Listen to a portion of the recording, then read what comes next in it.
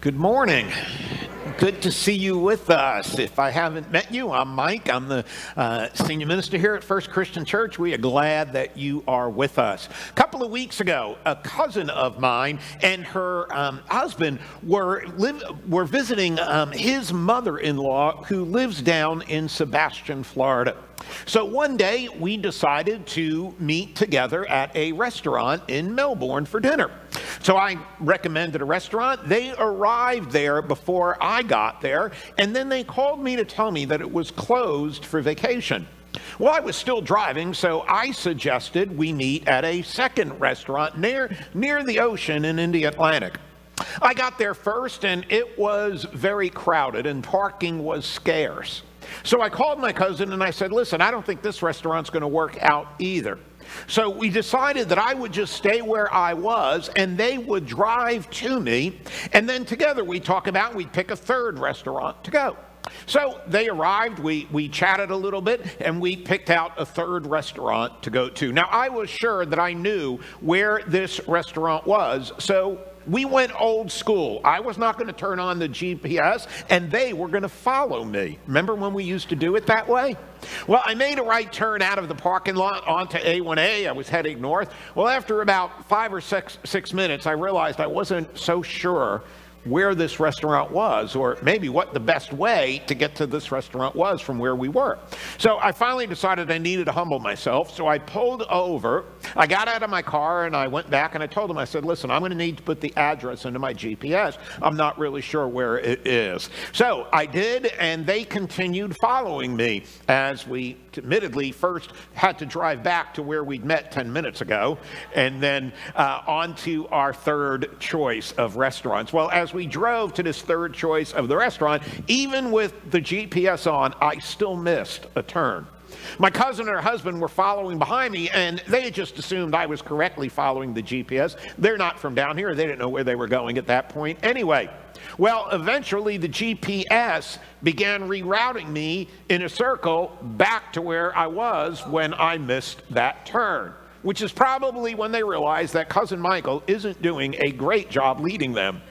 Eventually, the GPS took us through some neighborhood that brought us out onto Wickham Road where that restaurant was. So finally, after about 40 minutes after we were supposed to meet at the first restaurant, we finally arrived to the third restaurant.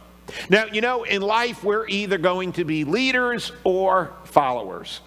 And while my cousin and her husband were great followers that day, I would think they sensed that I did a poor job leading that day. Well, in the last chapter of his letter that we have been studying, Peter concludes by writing about leaders and followers. Because in life, we're all going to be leaders in some capacity. But we're also going to be followers in other capacities. And today, we're going to focus our thoughts on leaders, the first 4 verses, and then next week, we're going to finish up this series from 1 Peter, and we're going to look at what it means to be a follower. So we're going to begin today by reading the first 4 verses of 1 Peter chapter 5. And now a word to you who are elders in the churches. I too am an elder and a witness to the sufferings of Christ. And I too will share in his glory when he is revealed to the whole world. As a fellow elder, I appeal to you. Care for the flock that God has entrusted to you. Watch over it willingly, not grudgingly. Not for what you will get out of it, but because you are eager to serve God. Don't lord it over people assigned to your care, but lead them by your own good example. And when the great shepherd appears, you will receive a crown of never-ending glory and honor. Now, in this section, Peter is obviously speaking to elders who are leading the churches that Peter is addressing in this letter. Now, we have 4 elders here at FCC, and I guess I could have the 4 of them sit right here on the front row, and I could preach this message while the rest of you go home, because you'd say, well, we're not elders. But instead, I want to take the leadership principles that Peter writes about in this letter and apply it to those areas of life where you may be a leader. See, the Bible is a tremendous handbook on living. So the principles that Peter teaches about church leaders, they work just as well in any other area of leadership that you might serve in. Now, we're all leaders in some capacity. You may lead in some way here at church. Perhaps you are one of our elders, a deacon, you're a ministry team leader, you teach a class, you're on staff here. You may have leadership supervisory responsibilities at work. If you're a parent with children at home, you're a leader at home. Perhaps you are a leader in a civic group or some other volunteer position. I mean, even if you are retired and you live alone, you still have to lead yourself. So even then you could say you're a leader. If you have a dog or a cat, you're a leader. This past summer, a dozen or so of us from FCC went on a mission trip to Montana. And on most of those type of trips, those type of events, I'm going to be the leader of the group. It was such a nice change for me to not be in the role of the leader on that trip. I was just one of the followers. Nancy Whitaker was a great team leader. I hope I was a great team follower. But sometimes we just have to realize, in this capacity, we may be the leader. In this capacity, we're just following. And the Bible teaches us how to be both effective leaders and effective followers. And since it is authored by the one who has designed us, it's always going to have the wisest counsel, including insight into what makes an effective leader. And so I want to suggest three things this morning, because I usually suggest three things. And the first thing I want to suggest today that an effective leader, or makes an effective leader, is this: effective leaders are humble. They're humble. Peter begins this section, and he simply states, I too am an elder, and as a fellow elder. Now, you might say, well, is he stating, I'm an elder as a fellow elder? No, if you really take it within the context, Peter could have said, gentlemen, I'm Peter. I'm Jesus's pick for senior executive leader. He is building his church through me, and on my word that he is Lord. I oversee the growing church in Jerusalem, and I bear the title apostle. In fact, I was one of the three that Jesus allowed to go up on a mountain with him to see Moses and Elijah as they transfigured into their heavenly bodies. So now you know who you are talking to. Here is how it's going to be. This is how you're going to do it. But that's not what Peter says. Peter simply says, guys, I serve just like you. I'm no more important than you. We serve together as fellow elders. Chuck Swindoll points out that for someone to be an effective leader, pride of position must be absent. Pride of position must be absent. See, Peter was helping these leaders to see that it is never a good idea to elevate someone to such a lofty position that pride begins to set in. Peter doesn't elevate his position above the others. He's not saying, I'm an elder. He's saying, hey guys, I'm just one of you. I'm no more important than you. I have no more authority than you. I'm no better than you. I'm just one of you. And he doesn't exalt himself, doesn't exalt his title. And I'm sure he was thinking about the words that he once heard Jesus teach about leadership. In Matthew chapter 20, I want you to recall these words that Jesus spoke. Jesus called them together and said, you know that the rulers in this world lord it over their people, and officials flaunt their authority over those under them. But among you, it will be different. Whoever wants to be a leader among you must be your servant. And whoever wants to be first among you must become your slave. For even the Son of Man came not to be served, but to serve others, and to give his life as a ransom for many. Now, Jesus is pointing out in this teaching that the world flaunts authority and power. We expect leaders to be domineering and demanding. And maybe that's the way it works in the world. But Jesus is teaching his apostles. He is teaching these people who are going to become leaders in this movement, in his church. And he says to them very clearly, but among you it will be different. In other words, followers of Jesus, we are not to lead like the world leads. We are to approach leadership differently. We're primarily to lead by being servants to those we are called to lead. The Bible is our handbook for leadership, not the greatest secular book on how to be a level 5 leader. See, Jesus told his disciples that he wanted them to abandon this leadership culture of the world and follow him into a servant culture within the kingdom of God.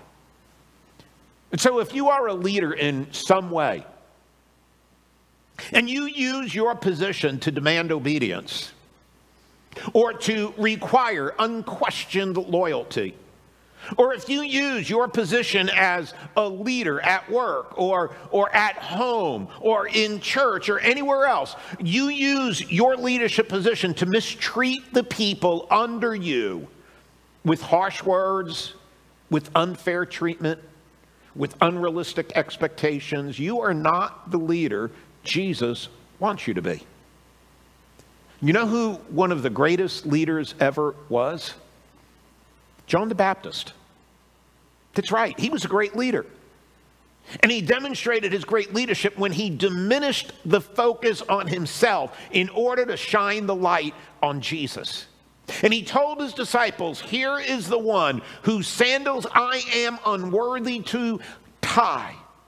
He must increase, and I must decrease. That is a great leadership principle.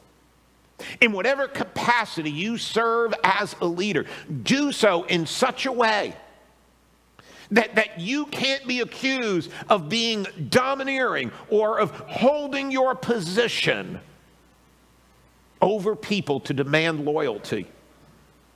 Don't use your position to demand obedience or special privileges.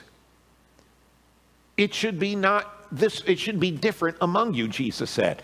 So be a servant to the people that you oversee.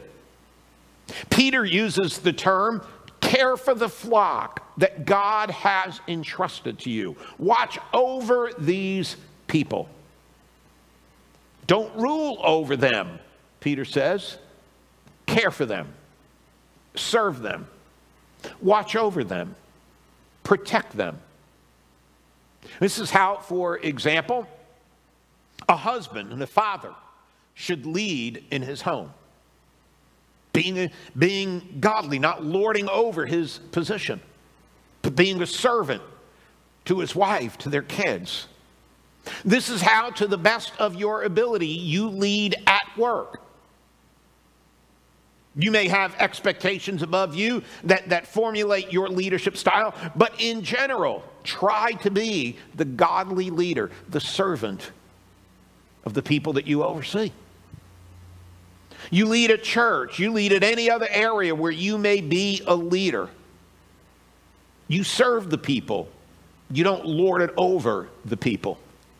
The people you lead, Peter writes, are the flock that God has entrusted to you. This means you don't own the people under you. And this doesn't just apply in a church. You don't own your family that's been entrusted to you. You don't own the people that work under you or work for you Monday through Friday. Sunday school teachers, your class has been entrusted to you. Do you serve them? Elders, deacons, staff, these people, these are the people that have been entrusted to us to watch over, to care for, to protect. Even at work, we should see folks under our supervision as people entrusted to us. This means that we lead as God instructs, not the way the world leads. But among you, it will be different. What will be different? Your leadership style. You lead like Jesus leads, not like Jeff Bezos or Elon Musk leads. You know, I've been told by some that I'm not a great leader, and that's okay. It's never been my goal to be a great leader. It's been my goal to be a great follower of Jesus, who loves and cares for the people that God entrusts to me. See, godly leaders pursue meekness no matter what position we may be in. Leadership isn't power. Leadership isn't privilege for a Jesus follower. It is serving and it is sacrificing for those that God entrusts you to lead. So effective leaders, first and foremost, they are meek and they are humble. Second, effective leaders lead willingly and eagerly. We lead willingly and eagerly. This talks to attitude. And you know, the attitude we portray as leaders will always impact our ability to lead. A bad attitude about leadership is going to create a bad leader. A great attitude about leading will produce a great leader. Peter understood this. That's why he made it a point to remind the elders that they should lead with the right attitude. Lead willingly, not because you must. Lead with an eagerness to serve God. Make God the one you're serving, not necessarily the people. Peter is telling leaders, don't focus on what others can do for you. Focus on what you can do for others and how you can serve them. See, when your focus is on what the folks under your leadership can do for you, that's when you're going to get disappointed. That's when you're going to get frustrated. That's when you may get angry. And that's where your attitude is going to begin to sink. But when you focus on what you can do for them, you control what you can do for them for the most part. And so you can control your leadership attitude better. And trust me, followers can always detect the attitude of their leaders. So an attitude that displays an eagerness to serve, a willingness, man, that is a vital ingredient in a successful leader. So we know being a leader is difficult in any capacity, especially when it's a volunteer position. It's true for elders. It's true for, HOA boards. It's true for volunteer organizations. There can be long meetings, there can be difficult decisions, and there could sometimes be heated disagreements. It can be a thankless and demanding role, and you sometimes say, who would want to do it? Now, people that are called by God to serve. Now, it's important to point out what it is that leaders are to be willing and eager to do. See, Peter says, be willing and eager. What are we to be willing and eager to do? Not our own agenda. That's not what we're to be willing to do or eager to do. Not what will benefit us the most. No, Peter says effective leaders are going to be willing and eager to care for those who are under their supervision and to watch over and protect them. That's what we're willing to do. That's what we're eager to do. Listen, God hasn't called you to merely produce results. He's called you to take care of people. And so effective leaders have hearts that want to nurture and care about the people they're called to lead. And they do so with a heart that reflects willingness and eagerness, and a heart that understands that we are first serving God, and then we are serving his people. And this is true if you're an elder in our church, you're a boss at work, you're a parent at home, you're a teacher at a school, you're a volunteer in a local organization. The best leaders are the ones who take a genuine interest in the lives of the people that they lead.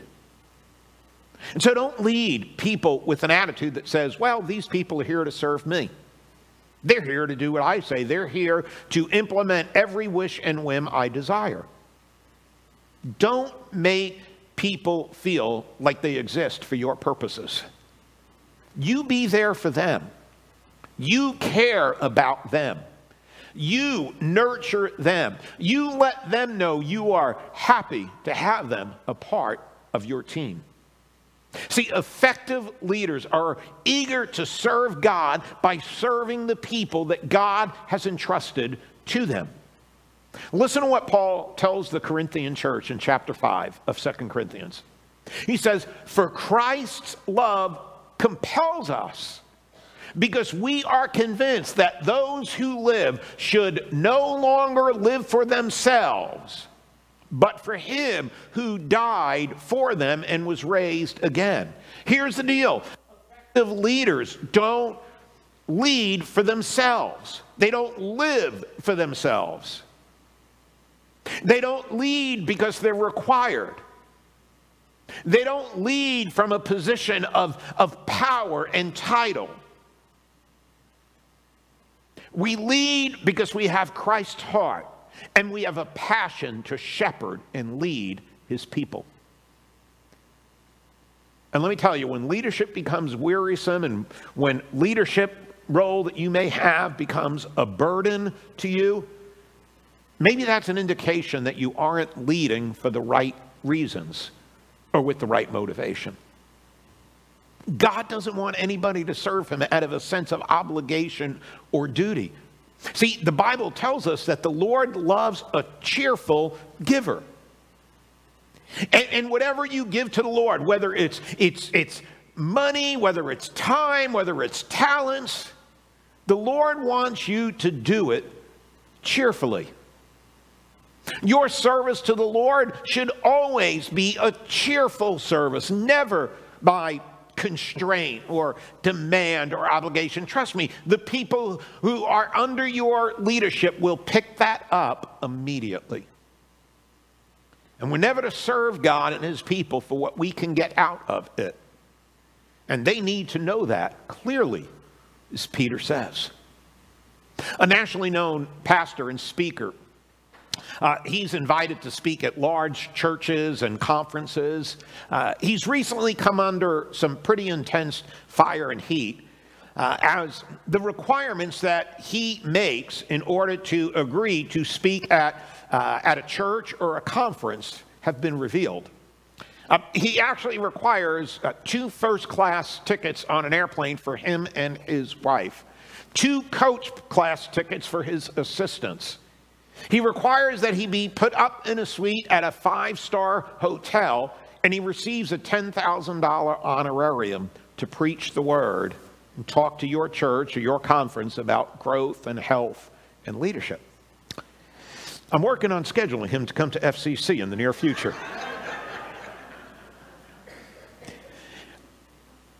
It's very, very easy when you get put into an elevated position of leadership to start leading based out of what you can gain from it. And you begin to think your position as a leader is more important, and you're more valuable to the kingdom of God than you really, really are. So leaders, make sure you are leading for the right reasons. And those you lead see that you are leading them and you are serving them willingly and eagerly. Because that's how effective leaders lead. Number 3, effective leaders lead by example. They lead by example. Peter said, listen, don't lord it over the people. Don't be authoritarian in your leadership style over the people that are assigned to your care, but you lead them by being a good example.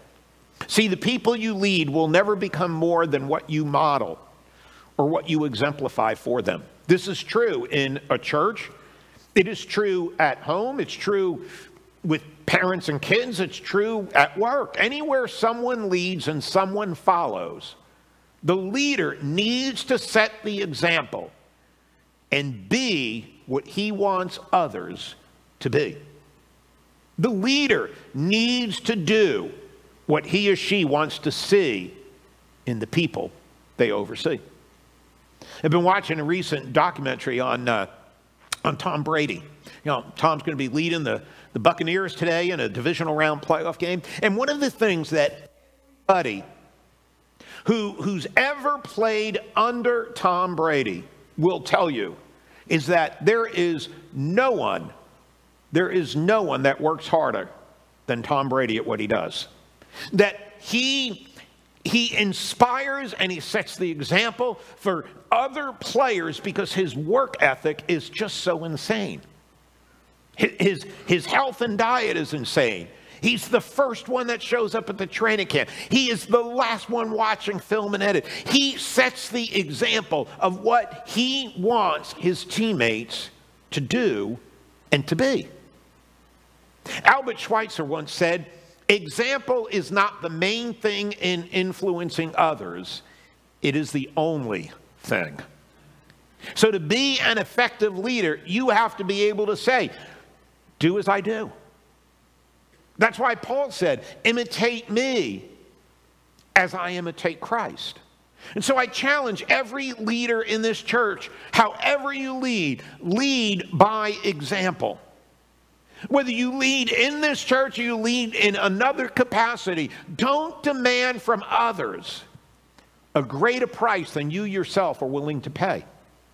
Don't demand from others more time than you yourself are willing to invest. Be a leader in your home by setting an example for your family of what godliness really looks like. Lead at work by being the best worker you can be. Let your honesty shine and don't get involved in the workplace gossip and the backbiting. Just be an example of a really good worker. So rather than lording as a leader, serve as a leader. Be an example of what a servant's heart looks like. So elders and deacons and staff and ministry leaders, you lead others to pray only when you yourself pray. You lead others to be generous with their time and their energy and their money by you being generous with your time and your energy and your money. You lead others to serve in the church by you yourself serving in the church. You challenge others to be loyal to God and their family by you being loyal to God and your family. You want people to study their Bible? Lead by example and be a student of the Word. Leaders lead by example. It's not just the best way to lead. It is the only way to lead. Effective leaders are not tyrants. Instead, they are always growing, and they're always learning, and they're always being a model and a pattern for others to follow. We are examples to the flock when we are engaged in the activities we expect from others who are following us. If you are at work, you are an example to the people who work underneath you. When you engage in the same activities, you expect them to do as well. We set the example. Well, Peter ends these comments regarding leaders with these words: "When the chief shepherd appears, you will receive an unfading crown of glory." Now, although we must never serve and lead for what we can get out of it, Peter has made that point clear in this text. We do know that if we lead with the right attitude and we lead in a Jesus way, God is going to reward effective leaders on the day that our great shepherd appears. So never forget, leaders, that your finish line is not now. We are still running the race. Jesus will return, and he will appear again. And Peter says, when that happens, the work that the elders have done, for example, as the under-shepherds of the Lord, will be rewarded with an unfading crown of glory. God will reward those elders who have faithfully served him. And that extends to all of us who lead people in whatever capacity that we lead. Leadership is a big deal to God. And so God will reward you in the future for not leading like the world leads, with demands and power, but leading like Jesus leads, with compassion, meekness, understanding, and a servant's heart. In July of 1976, 103 Israelis were held hostage at an airport in Entebbe, Uganda, or Entebbe.